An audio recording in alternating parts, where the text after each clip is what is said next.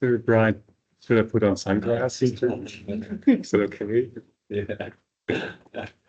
Okay, well, it's 3, so let's go ahead and start. Hey, welcome to this week's Politics Lab meeting. We're really happy to have Paul Marx here today as a speaker.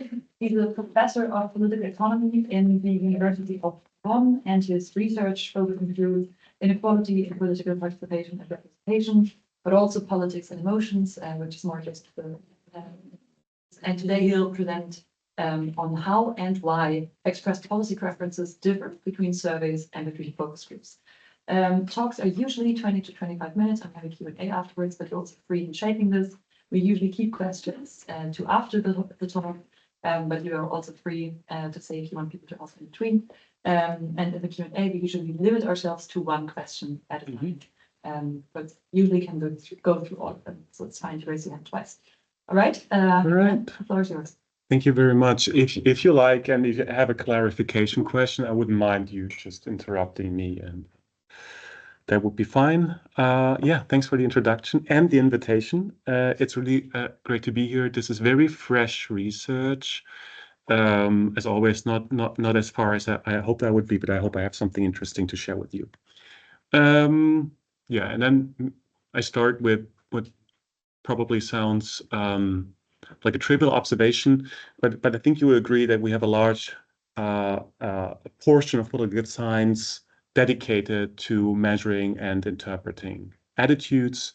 This is often done because we think that political attitudes are a dependent variable worthy of our time and interest, but also very often we study attitudes to say something about important political phenomena and processes on the macro level. An example for this is political representation processes or the literature on unequal responsiveness.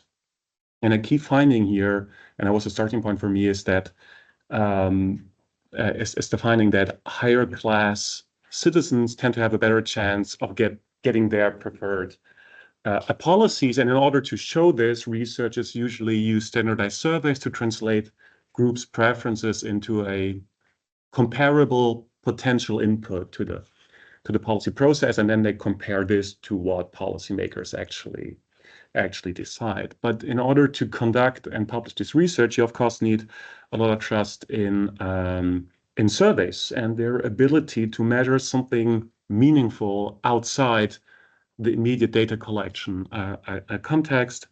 So in other words, we need to assume that preferences exist in a meaningful way and that surveys are a good way to measure them. And I don't know, I think this is an audience with a bit of a background in communication research and psychology. So you're probably aware that this trust in surveys is not necessarily warranted, and that we have a lot of evidence showing that surveys are particularly not good at measuring attitudes towards abstract and complex objects, which many policies are. And for this reason, that the overarching goal is to complement a survey-based representation research with other methods. And very concretely, what I want to do here is to look how people express their preference in surveys and compare this with the positions they take in focus groups and face-to-face situations when they talk about the same issues. So it's basically, if you want so, an exercise of triangulation, whether we can observe consistency there, and if not, why not? I believe this comparison is interesting for many reasons, but I maybe would like to highlight already that I think one key process is that it's a lot easier to satisfy in surveys because you just tick a box than when you actually have to talk and verbally express your preference. On the other hand, it could be that, or it probably is the case that you have stronger social influences, social desirability influences in focus groups. And I'll just say this to make clear already that it's very hard to say what the really authentic preference of people is. It's a big philosophical question. What's the truth? What's reality? And I'll come back to this. But for now, I just wanted to say that if people have something like a meaningful attitude towards a policy, then we should probably be able to observe a halfway consistent expression of this preference across different methods. And the more we observe inconsistent or even contradictory expressions, the more we have to engage with this thorny question of whether there actually is something that we can measure. All right. So I mentioned this already, but I want to place this whole plan in a very short and also reductive review of or overview of the existing literature. As I said, I come to this from the representation literature, but I think the implications are broader. Then we have the mentioned literature on unequal responsiveness, which essentially looks at preference gaps between social groups, how they express them in opinion polls, and then estimates the probability of a corresponding policy change. And this, of course, rests on the assumption that surveys are able to capture meaningful differences or even conflict in the population between social groups. You have a recently growing and related literature on elite misperception of public opinion. And here the research strategy is that you let politicians estimate what people say in surveys and you compare that to an actual survey. And here the assumption is that the survey reflects the true value in the population, whereas politicians' estimate is an error. It's a misperception around that true value. And then you have a big, actually, those are the terms they use. So in Brockman and Scovron, like the big paper on this, they call this the true true preferences. And then you have a big literature in survey methodology telling us that these assumptions in representation and representation literature are not necessarily realistic, mainly because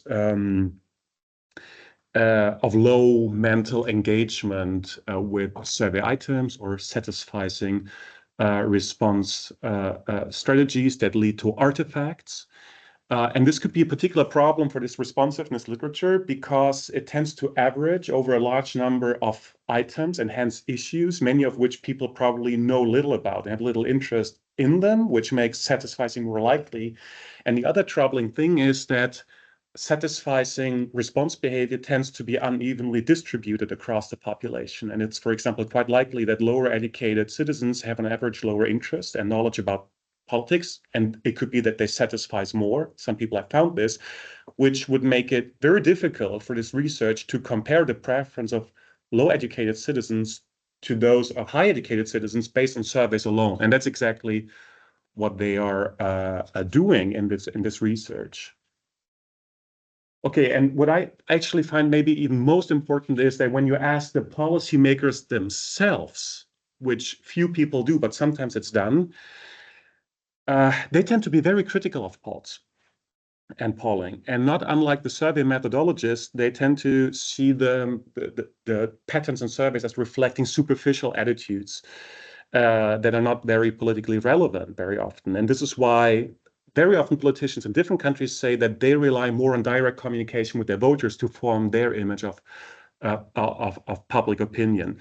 So politicians seem to make the experience, as the core practitioners we should be studying, that people express their preference very differently in surveys and in face-to-face situations. And I think that is something we should take seriously. Okay, I just wanted to maybe, before I get to the current research, I want to tell you a bit about how I got to this topic, because it would be easier then to understand where I ultimately want to go with this project. It's partly published already, so you can look at those papers. I'm very, very proud of them. And but what you can see here is that I started out by using focus groups only to complement other methods, elite interviews or experiments. It was really curiosity driven. I wanted to understand something a bit better. And the hypothesis I will talk about later, I want to test now systematically, emerged inductively in this exploratory research. But in the first paper, we wanted to understand representation and tax policy in Germany, particularly when it comes to taxing the rich. And then you very often, in many countries, you have a picture like this, where large majorities say, except for the rich themselves, yes, tax the rich, that's a good idea. So we interviewed left-wing politicians and asked them, so, are you aware of these patterns and opinion polls? And if yes, why don't you capitalize on this by putting taxing the rich on the political agenda? And then the politicians looked at us and said, well, we don't trust stuff like that. This is just a survey. People that just like randomly take boxes, and it's very superficial. And as soon as political mobilization and counter mobilization starts, this disappears. And we know this because, unlike you, we actually talk to people in our constituencies during election campaigns, and there it becomes very clear people do not think taxing the rich is a good idea. And we thought, wow, that's interesting. Let's test this. And to emulate the face-to-face experience politicians make, we thought maybe focus groups are a good idea. And so we did 12 focus groups in Germany. This is a bit complicated, but overall, in our focus groups, we observed that indeed people, when they talk about this, they're much less enthusiastic about the idea to tax the rich than like we would think based on. So the politicians were right in that. So we did the focus groups, and then we had the idea for the last groups for only 24 people, say, okay, let's actually give them a survey before and after and compare that, like make this within person comparison to directly assess what the politicians are saying. And here you see basically when a high value from 7 is the highest value, it means that they are totally supportive in the survey. And then we of taxing the rich, and then we code their position. The independent coders do this, how they position themselves in the focus group. And then you see whenever the font is red, they self-contradict. And you see that happens quite often, whereas consistent positions are very rare. But this is not a random error. It tends to take the form where people are supportive of taxing the rich in the survey, but they're against it and clearly against it. This is not like a coding artifact. I mean, very blunt statements. They tend to be critical in the focus group. So also that the politicians predicted correctly, and they were also very good at explaining the underlying reasoning. So they had a very accurate image of how people thought about taxing. Well, are these 4 different groups? Yes. Okay. Those are 4 groups. Those are not their real names. No. I brought you one example. This is Omar, not his real name. And so, like Omar in the first survey, and this is not the most extreme example, he gave a value of 6. So this like second highest category, and say, yeah, the rich should be taxed. But then in the group, he gives this long monologue about how like this is a bad idea. They already pay so much, and we're a capitalist system after all. So he thinks taxing the rich is inconsistent, incompatible with capitalism. And then, like a week after, he goes back saying, "No, let's tax the rich. It's a good idea." Which makes you wonder: does he read like the survey items at all? Because he could not make up on the spot this long anti-tax monologue he gave in the focus group. He was almost like an opinion leader in the group. So things like this make you, yeah. Have you confronted them with this? No. Afterwards? No. I'm not sure it's a good idea, but also it was like based on the design, like we never saw them again. Like, so I would like to see Omar again. He was a fun guy, but no. And you see, not always they adjust their attitude afterwards, but we do observe, and this is only 24 people. Here you see the distribution. Can you see this? I mean, I have the reflection, but I know what's on the slide. So you have the pre and post group distribution. This looked differently before. I changed it because of your remark. Do you remember it? It had little dots. No, you cannot. Okay, thanks anyways. And so you have a downward adjustment in support, and again 24 people. And now I bring in something from the other paper. We also did focus groups on gender neutral language, so more identity politics, a new conflict axis, very salient in Germany. And there you saw a significant, among 21st, a strongly significant downward adjustment in like the statement, I think using gender neutral language is the right thing to do. Strong effects like this, usually I don't think this is preference change. I think this is what's called preference falsification, where people update as it were, the second order beliefs of what is the socially desirable answer to give here. And I just want you to keep that argument, this preference falsification argument in mind, because I will come back to it. Yes. Okay, so, and like these were the preliminary observations that gave us the ideas for the research I want to talk about now. These are the hypotheses that we derive from this inductive research. Most importantly, the expectation is that participants are more likely to express support for political measures in surveys and in focus groups. But I have to emphasize that in this context, it's about political measures that reflect broadly desirable goals, like equality, clean environment. And in such a case, the expectation is that if you're in a survey and you have superficial engagement with a question, that you mainly think of these desirable goals and maybe not so much of implementation issues, trade-offs, and so on and so forth. But in the group, as I explained earlier, satisfying is not as easy because you cannot just tick a box, but you have to talk about it. And then it's more likely that you, like with more mental engagement, that you are also thinking of these problems or conflicting goals. So I think that is the strength of focus groups, to bring out ambiguous attitudes, uncertainties, non-attitudes, and so on and so forth. For that reason, we would also expect then that people show this downward adjustment of support after the groups when they thought things through a bit more. And this will be the focus for today, simply because we did not yet manage to code the positions in the group. And then we have hypotheses about individual variation in the consistency between survey and focus group and post-survey, and I'll show a bit of that later.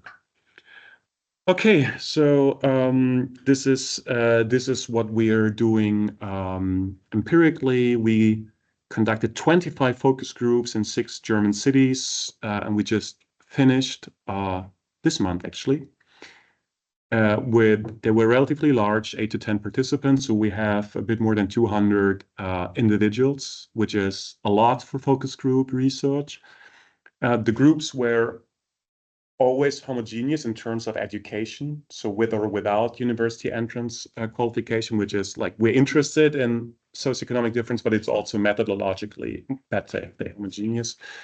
And some of the groups were homogeneous in terms of gender, and some were mixed. So there's variation in that. We talked about these 3 topics here: redistribution, where we start with an abstract question, then more concrete issues, environmental policy, and gender equality. So to have a bit like old and new conflict dimensions in there. And what I want to emphasize, I think that is quite neat, is this should really be a most likely case to observe consistent preferences, consistent between focus groups and survey, because we did this a couple of weeks after an election with super high turnout. I think it was 85% or something, very contested, very important election. And we took salient issues. So most of the topics were featured in the most prominent vote advice application in Germany, the Wahlomat, and all were at least discussed. So we basically stacked the cards in favor of finding consistent preferences. And yeah, if we don't, then I think that's meaningful. All right. So I start with the results. How much time do I have left? So a lot. So here you see the distribution pre and post, just descriptively, for the 9 items. As I said, like we're not finished. Like, we need 2 independent coders go through all the focus groups, and that simply takes time. And so I can only show you the pre-post surveys, unfortunately. What you see here is what's interesting, that in quite some categories, in quite some variables, the middle category goes down, sometimes quite a bit, the 3, which is a neither nor type of category, which could just mean that for some people, their preference or attitudes are clarified during the group, or it could mean that it's polarizing. And the other thing that you see is that for the issues on the new conflict axis, so that's row 2 and 3, the environmental policy and the gender equality, you see that people become more conservative. It's a bit hard to see here because the coding is not always in the same direction. So, for instance, for this is like that Germany should stop putting up wind turbines. So if it shifts towards 5, you agree with a more anti-green position. And you also see the change in that direction for gender equality. And this is also significant. And this is basically the same thing, the differences in means. It's mostly significant for these issues. The exception is the ban of gender-neutral language. And there's a very simple reason for the insignificance and the wrong direction is that people misunderstood the question. So they thought it's about gender-neutral language. So they only talked about how much they hate gender-neutral language. So they became super conservative. But then here's the thing, when you tell conservatives, yeah, but should the government interfere and ban this language? I said, no, I'm generally against the government doing something like this. But in this case, yeah, maybe or so. Yeah. So it was a bit like they were like really missing the point for that. So that's also interesting how what type of thoughts are activated. So had we just again measured attitudes towards gender neutral language, so some states banned it in public administration universities and so like Bavaria or so. So and that's an interesting. And the other thing I want to highlight is also after the groups, people feel less well represented by the parties in Berlin and less free to express their opinion freely. But I'm pretty sure, and I can show you evidence for it later, that this is not because they experience the focus groups as very unpleasant. I think it's more that the focus groups created the contrast to how they experience other interactions and mainstream discourse. Okay, these changes, it's not driven by the low educated who don't understand politics. If anything, it's those with university entrance qualification. You actually see that the changes pre-post are larger for them.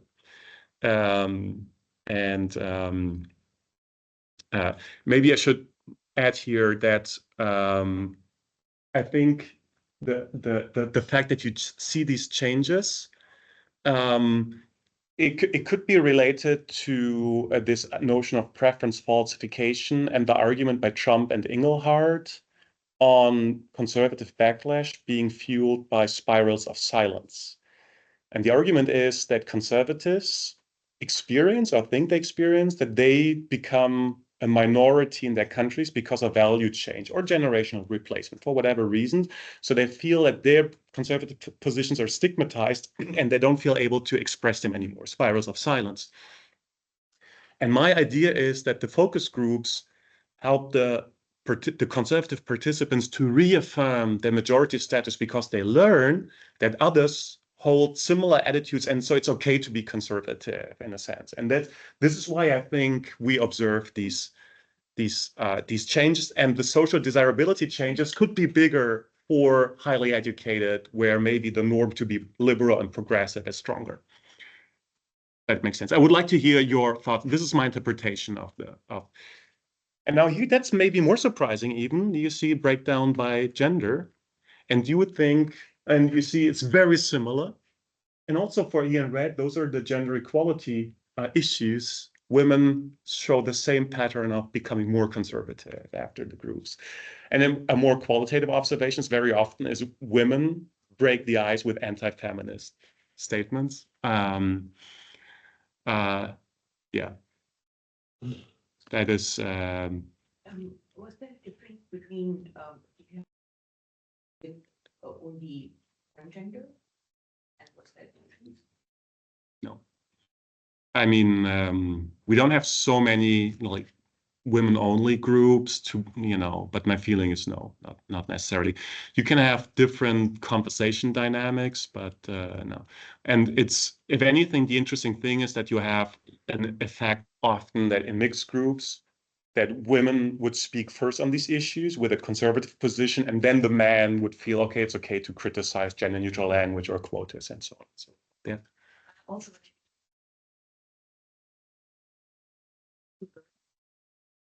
one supposed to effectively address both men and women, and one's supposed to effectively address men, women, and non-binary individuals. Yeah. Did you see differences in the perceptions and the attitudes towards both? So is it a lack of concern for being included in the language as a woman, for lack of self-concern of being included, or is it driven by aversion towards language that includes non-binary?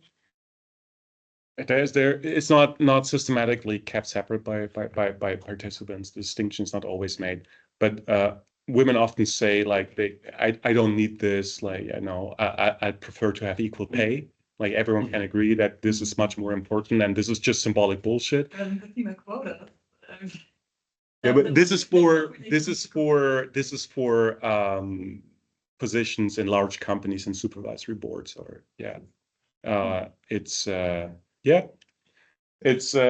similar, but no, and it's usually understood as being the version referring to like that also should with colon separating the stem words and the suffix, including non-binary individuals. That's the more common interpretation, because that's also what I think dominates discourse in Germany. Yeah. All right. Okay, and then we wanted to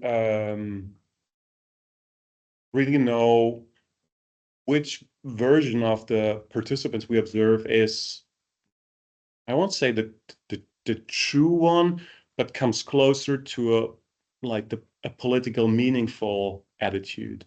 So we thought we can directly ask them after the survey, where do you can express your actual true opinion better, in the survey or in the group? And here we see that people, this is a private survey afterwards. It's not where they say what we want them to say. So they say it's really the group on average. And we later asked them why, and then they very often say that like these survey items are too reductive, like it's unclear what we mean by them, and that there are pros and cons that you have to contemplate, and it's simply very difficult to just like choose a category. And they gave us very nice quotes, like how silly they found some of the items we asked them. Will this be put on YouTube? Because then I won't give you examples. It can be. Let's go. You can, yeah. If the people from the European Social Survey watch this, Yeah. then Oh, my God. You're confusing me. anyways, what's interesting, I think, is also looking at like breaking this down by vote choice in the election a couple of weeks earlier. And I think that's interesting because you would think that people who vote for right-wing, radical right-wing parties or populist parties worry more about having, attitudes that are stigmatized in society. So that would be the AfD, Die Linke, or BSW, Sarah Wagenknecht. But we see that also for them, the moral category is 4, so leaning more towards saying, no, I could express my opinion better in the group than in the survey. And I think that could be an additional piece of evidence showing that, those groups are helping conservatives to feel a bit better about them being conservatives or even populist, the way they unfold it. And but this is something that I have to test more systematically.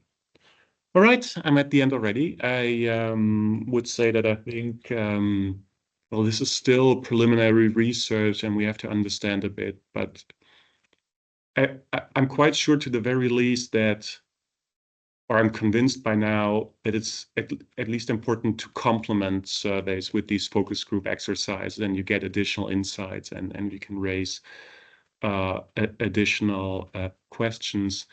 And I think it's particularly important if we want to understand complex phenomena such as representation or unequal representation.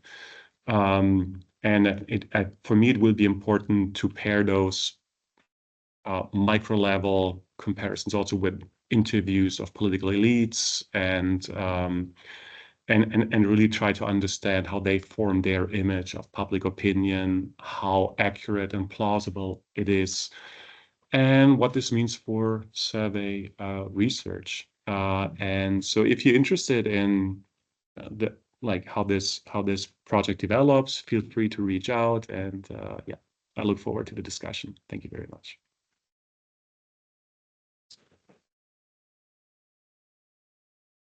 Great, thank you so much. We'll open the floor for questions.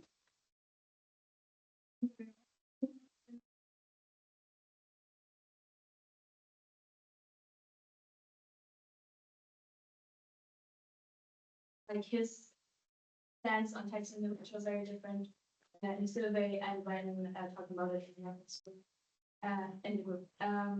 So I was wondering whether or what you think represents more his true attitude or opinion, and because it sounds like more what he says in the reference group. But then, what do you think he would indicate in when asked directly or when given the choice, for example, in pomegranate? Would that more reflect his opinion expressed during such a group session or in a survey, because making a vote is more survey-like than elaborating or. Yeah, I think that that's a good question. I think if we would use a third method, an individual interview, without group influences, but the necessity to verbalize, I think Omar would also be critical of taxing the rich, and he was very eloquent. And I found it hard to believe that he talked about this along those lines for the first time. Also, I remember the situation. There was not a big group pressure to say this or to adjust. If anything, he created like the situation in a group where like an anti-tax sentiment emerged spontaneously. And then I think your point about the referendum so I think that's his, like, it comes closer to, I would say this is his political meaningful attitude. And I think if there would be a referendum, the important thing is that there would be political mobilization before the referendum. And so there would be debates, arguments by political elites. And that is a decisive thing. And then I could imagine that but there would be a lot of arguments by right-wing parties that really activate this type of thinking that you showed in the focus group. But in the last election, I mean, just to maybe show you, like tax the rich was not a big difference, and you actually see that people are quite supportive of taxing the rich, and there was a really strong campaign by Die Linke in favor of. They had shirts with saying in English, tax the rich. It's for the first time, it happened in Germany, and they were quite good on TikTok and also like distributing the arguments like in favor of taxing the rich, which I think had an effect right after the election, So, and that's why it's so important to, like, a referendum doesn't take place. It's not the same as a survey. Quite differently, it is the end point of an actual political process. Yvonne? Yeah, I really enjoyed the presentation. Very convinced actually from points up. But just one question, and it was some of the items that you use in the survey are kind of broadly desirable, kind of one-dimensional, right? Have you tried using also more kind of trade-off items where people have the item already? Yeah. Oh, you have? We asked about the trilemma that is created by the goals of like having a balanced budget, which is a constitutional need, and having low taxes and investment infrastructure. And yeah, I don't think that people really contemplate the trade-offs there. You see a shift after the focus group. Oh, this is oh, sorry, no, this is just a question that we asked in the focus group, not in the questionnaire. But it's simply like we simply did it because we wanted to see how people navigate trade-offs, and my answer is almost they don't. Right? They just pick up one of the topics and say then they like, but not really the trade-off thinking. It's not there at all. Although this was a very salient case where you didn't have, I mean, that was really debated after the decision of the Constitutional Court and when was it 23 or 24? Yeah.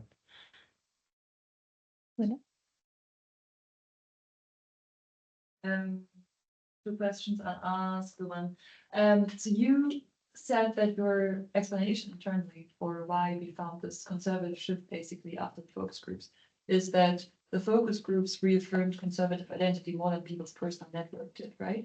So why do you think would conservatives have a personal network that matches their ideology less than liberals do? So I think it's a compelling explanation, but then why does this work for conservative shift and not a reaffirming shift, basically, or like why? Yeah. I mean, the situation is the following. Sorry, don't know what that's about. If you want to hear more, you have to pay. Okay, where are this? So I think that they probably have friends where they're openly conservative, but so they come like maybe with the expectation of meeting like liberal social scientists and meeting with just other citizens, and they have an image of the average citizen maybe being more progressive than they really are. And this expectation could be then could influence how they answer the first survey, where they think the socially desirable thing to say is, yeah, I'm fine with gender neutral language.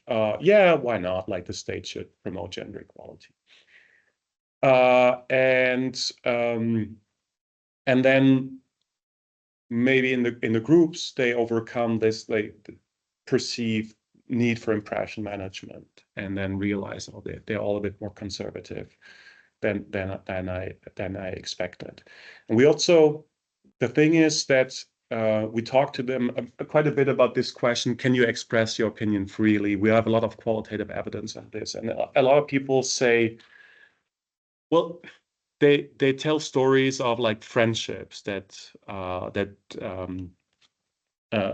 basically are ended because of political differences, or trouble they have in workplaces, or friends or family members who lose their jobs, like extreme stories. Whether they're true, we don't know, but those are the stories they tell us. And I think those are, yeah, that shows that they at least make experiences where that can be the basis for the subjectivity of being canceled or stigmatized, or not able to express their opinion anymore. And you could even say that this effect could partly come from also hearing others saying the same thing. Yeah, you're so right. You cannot say your opinion anymore, right? Like also like reaffirming the identity of a canceled person. So the paradoxical thing is they very openly in the groups speak about not being able to speak openly anymore in Germany. That's what my interpretation is. Does it make sense? Yeah. Yeah. Well, myth, I wouldn't call it a myth because I take everything seriously they tell me, right? So yeah.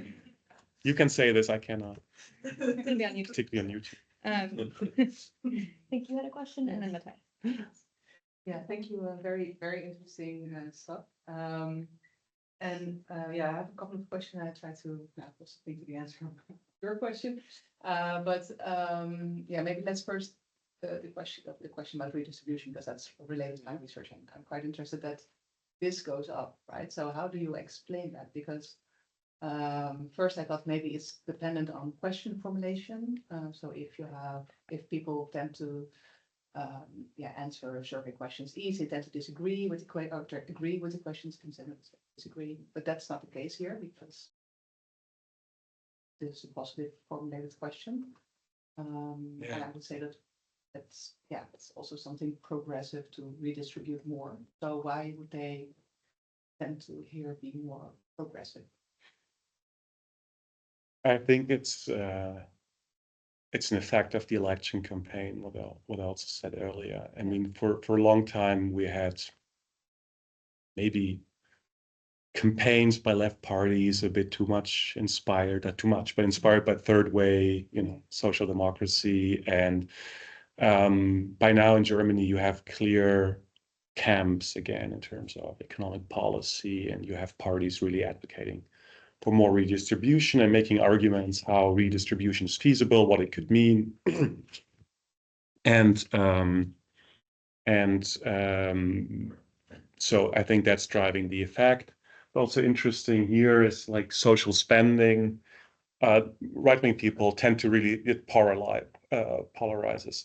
Right-wing people really tend to think in terms of, welfare chauvinism, and, that too much social spending goes to foreigners. It's a very strong element of the focus groups.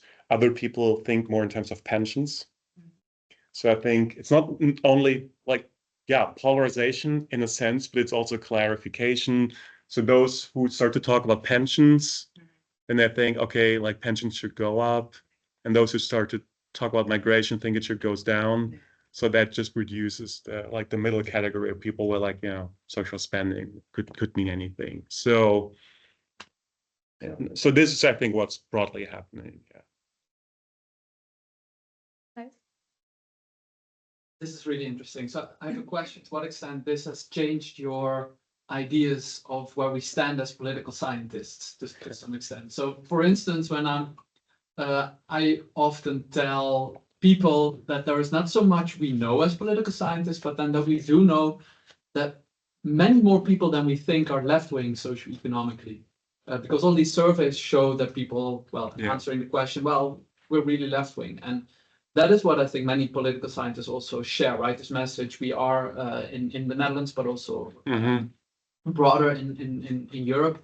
We are strongly left-wing socioeconomically, but very right-wing socioculturally. And basically all that is now shaken by your research. To what extent has that affected your own thinking about this whole field? And or maybe you were already aware of that when you started, but so this cannot possibly go online now, go in that direction. But what has changed my my attitude towards attitude research is doing it myself. And so the reason why I selected into this type of research is because of massive self-doubt that accumulated over the years.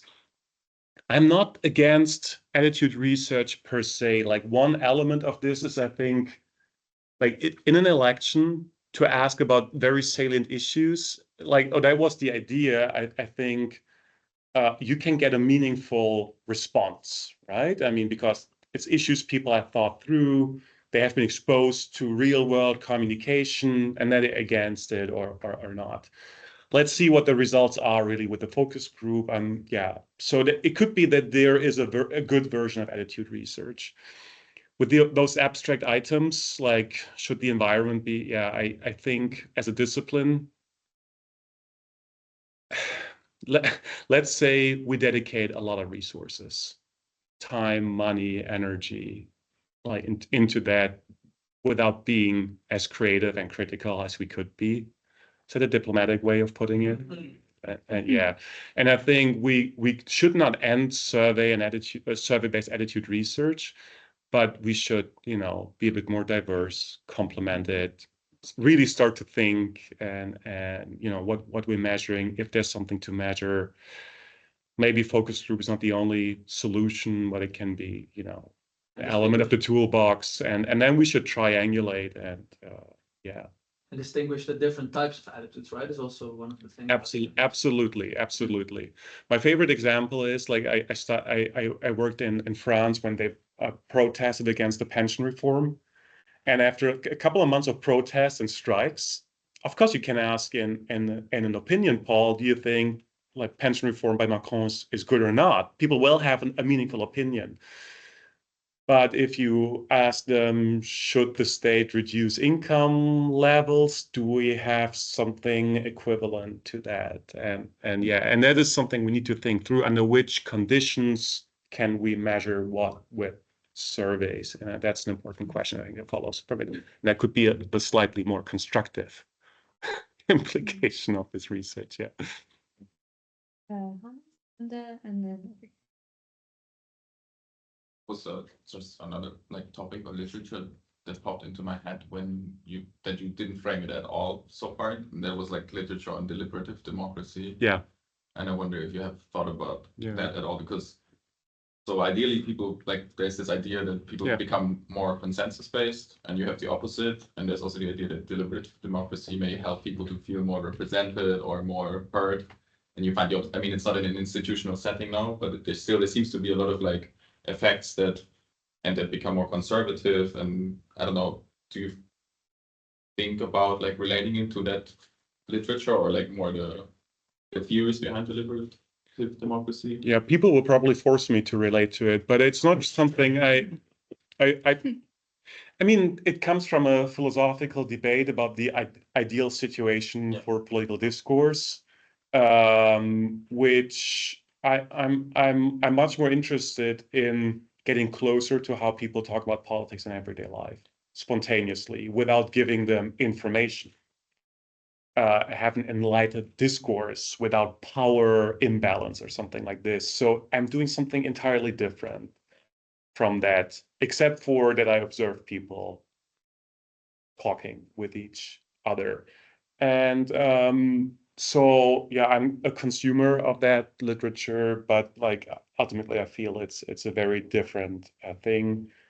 And yeah, but I just want to say so that they're quite good at organizing consensus and finding common ground. So I don't find the opposite of that necessarily, but they don't need experts to give them input or anything, or someone who designs a deliberative format for that.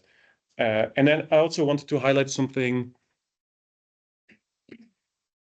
I mean, this is oh no, yeah, this is their political interest. And I always worry about like this deliberative polling and this deliberation experiments that they do with people, that you have highly mobilized people. And even though this was really in a super politicized time, I think we have an okay distribution of political interest there, where not everyone is hyper politicized.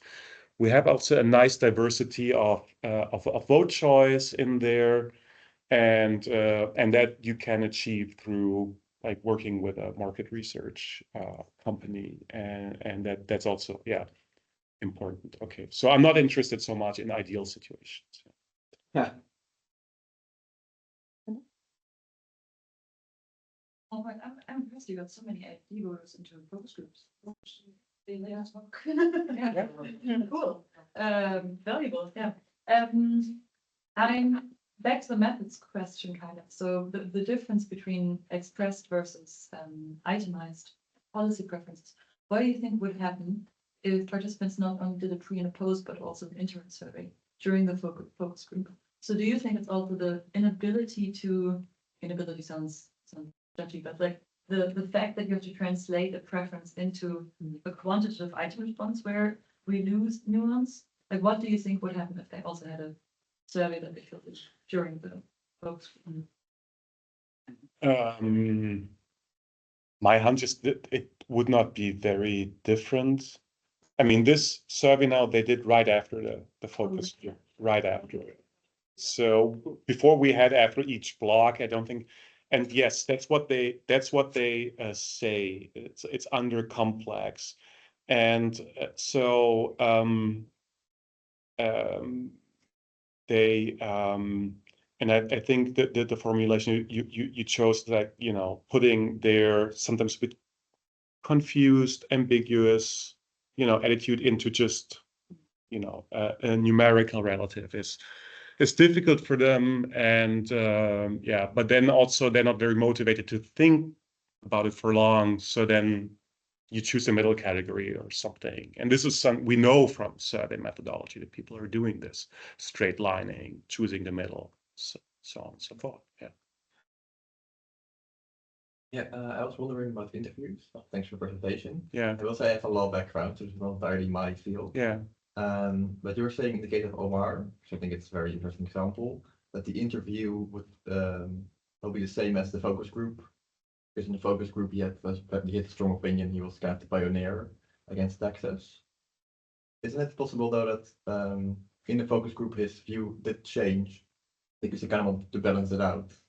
For example, there are other people in the group who are like, we're really pro taxes because we really hate the rich or something. Mm. And then he starts to like try to balance it out.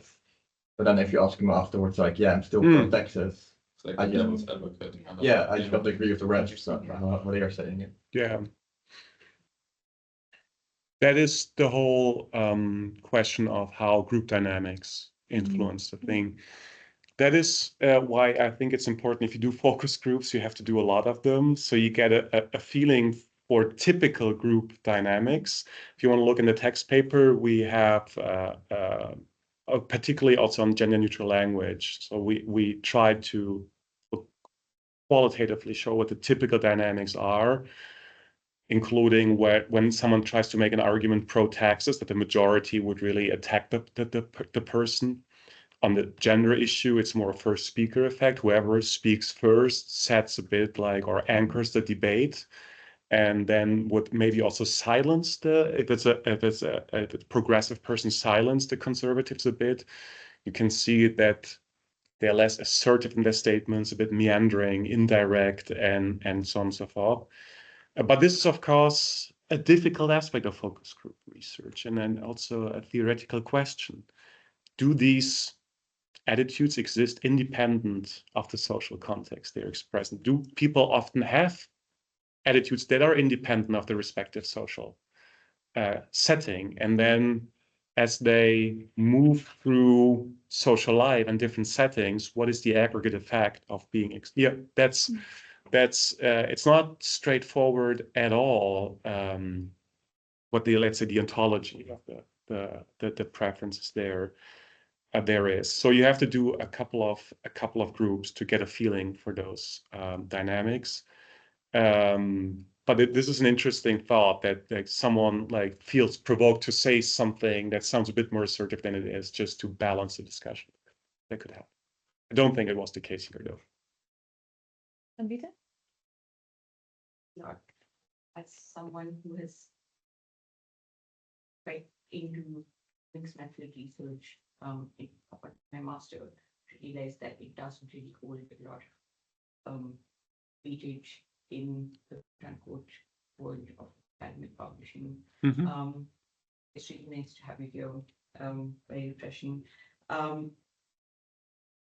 I had a question, or maybe it's just a point of discussion about, I mean, of course, attitudes are quite different, and sports and politics is kind of like sports and talking about sports, and people have their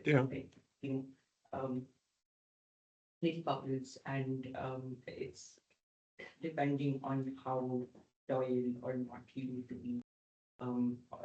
Need to project, like you change your attitude to talk very differently. And of course, you also talk about like reference falsification and how different methods have, like, obviously give you very different like, outcomes in terms of attitudes. However, you only consider surveys and focus groups, and my understanding is that things will be very different if we were to interview people or go to political rallies and then capture what happened, how attitudes change. So one way to have you thought about maybe aligning different methods to like look at like all like one particular attitude and seeing the kind of like errors that like pop out in different like ways, because that would also provide a kind of rationale to, I guess, what kind of like social influences are being activated in attitudes.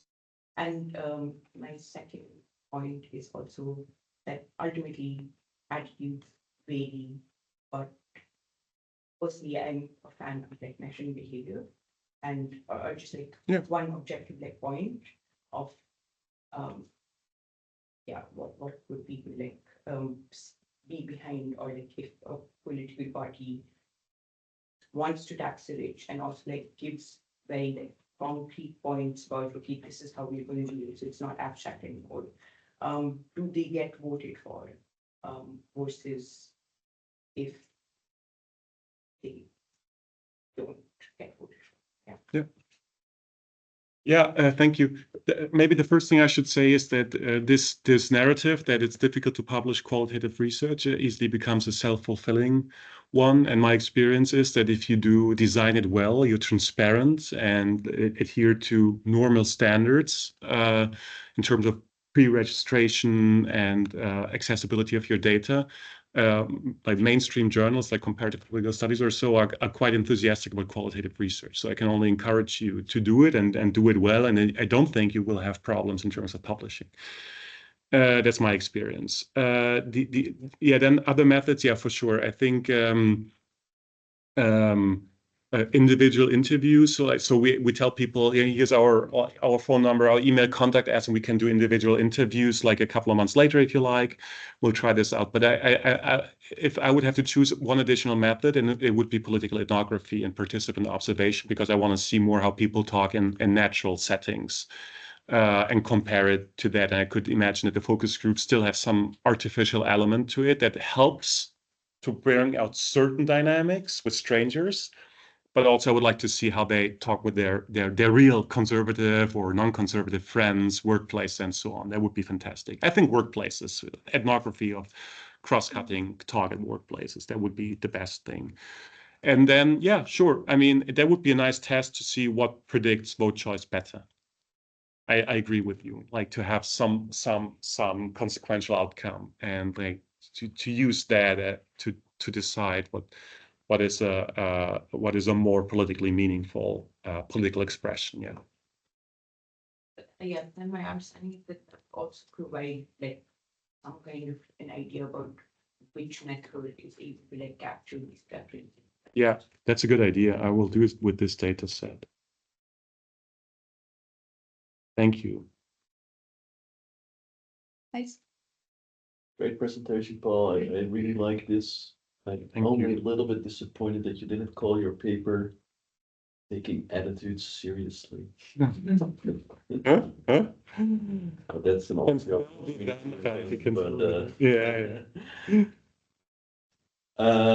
Yeah, I mean, I guess a lot of good questions have been asked, but I'm curious as to what's next. What can we do more to integrate designs and learn more about people's preferences? And so one of the things I'm curious to hear your thoughts about is actually to build experiments into focus group dynamics.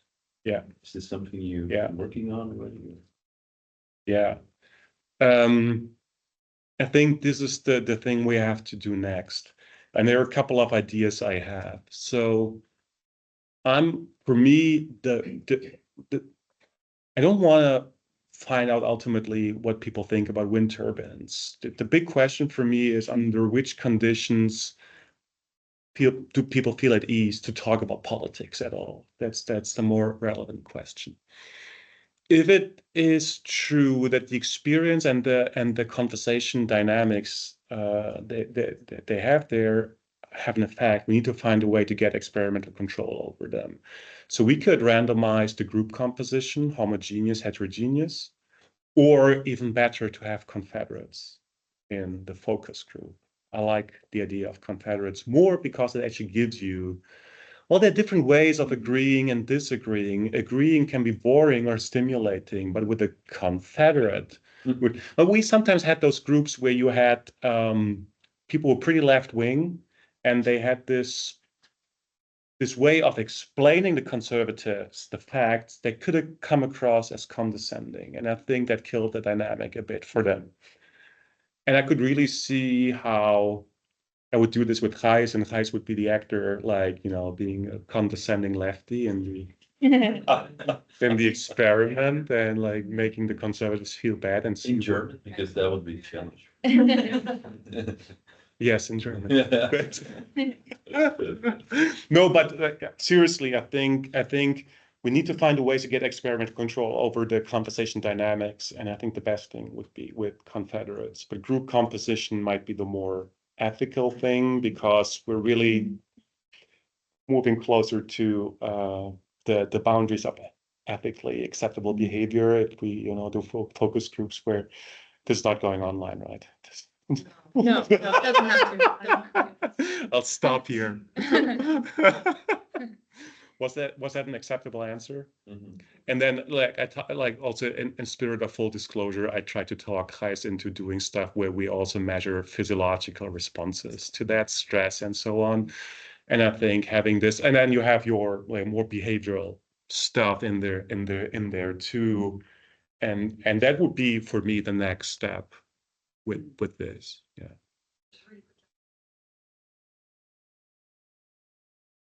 Yeah. Yeah. Yeah. Okay, we have time for one more quick question. Yes. quick question. Maybe also on the way how to move forward, right? So going back to ESS, you were joking about it, but I think that Sorry. no, it's very fair enough. But I think so. They also try to make their question better, of course, with cognitive interviewing and such. Do you think that this type of research can also? They can call me for sure. Yeah. Yeah. That was arrogant. No. I'm just. Do you think that this understanding can also of this research can also help improve surveys? I'm a bit worried that my message for the ESS is not a positive one, because how do you design a survey that's so independent of the, like they want to have survey items independent of the national context, and it should work for like what 25 countries at the same time, and this is precisely the level of abstraction where I think surveys do not have this strength. Be more specific. Think yes. Well, surveys can also be too specific if they're about like, if you look at Martin Gillen's, that's the classic, sorry. The classic reference, he has online his, like on responsiveness, his list of items and issues he measured since the 80s, and where he looked at did Congress implement it or not. There's super obscure like issues there where I'm sure most people in the US do not have any opinion on before they see the survey question. So it can be too specific, it can be too abstract. And I think what you want to have is a salient issue that has been discussed before people, the minimum criteria should be people have thought about the issue once before they see the survey. Thank you so much. This was Thank very you. interesting. Thanks for the discussion. Great. Tradition, we give you a hot politics lab now. I know, thank you. Yes. And so we're going to take a couple-week break. So we're going to be back on May 9th in C1020 with Peter de Wild from University of Groningen. I knew I was going to say it wrong. So, Peter de Wild. de Wild. On what politics? All right. Yeah. So he'll be giving a talk titled "The Embattled Union Toward a Theory of Siege Mentality Within European Union Institutions." We'd like to thank our sponsors, NWO, the ERC, and the University of Amsterdam. And thank you guys for being here. Thank you. Oh, and in the meantime, if you haven't yet, sign up for the Dutch Political Site meeting. That's amazing. Yep. Next week is a public holiday, so don't forget about it. University is actually closed. Already surprised 2 people today, and I think the first one there.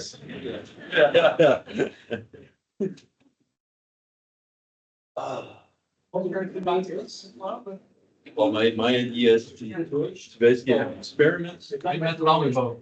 I think that when you were in Denmark. Yes. It's a lucky year. I thought about like where to place your. First, Yeah.